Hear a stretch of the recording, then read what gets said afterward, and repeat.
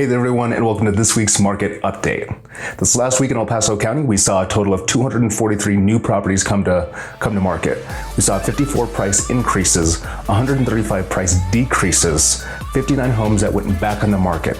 That's properties that were under contract that didn't make it all the way to close for one reason or another. And we also saw 406 homes that did completely sell, that closed out completely. So again, we're seeing another busy week here in Colorado Springs. And this week we actually saw a lower total number of homes that sold. So we'll see how that plays out, how that goes into the fall market. There were a lot of people who were predicting that the market would slow down with everything going on, with COVID, with everything that happened in 2020.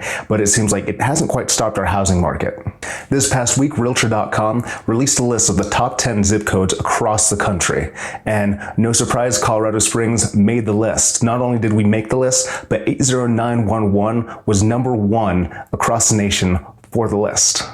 So across 300 metropolitan areas, Realtor.com took a bunch of this data, saw that zip code in Colorado Springs, 80911, was one of the most viewed, the most popular, the one that people are asking the most questions about, and one with an incredibly fast sale rate.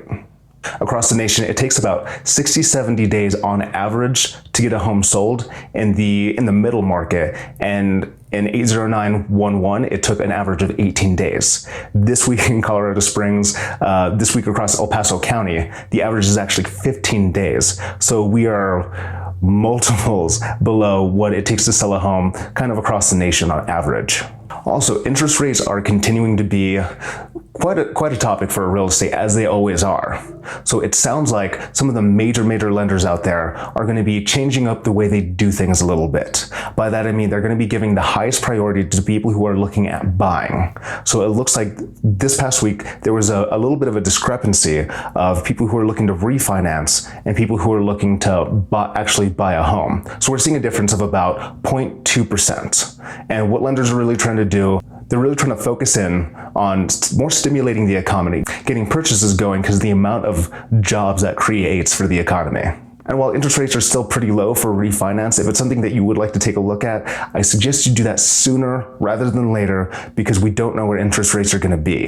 But to some degree, they don't have an exact date of when they might implement this policy, when they might be looking at doing this, or if it goes into action at all. But as always, if you're looking for a lender, if you're looking to get a better rate, you're looking to move, to buy, to sell, possibly, let me know and I'll get you in touch with anybody you need to who can maybe look at your rate and possibly save you some money before all this happens or maybe even after the fact, because rates are still pretty low.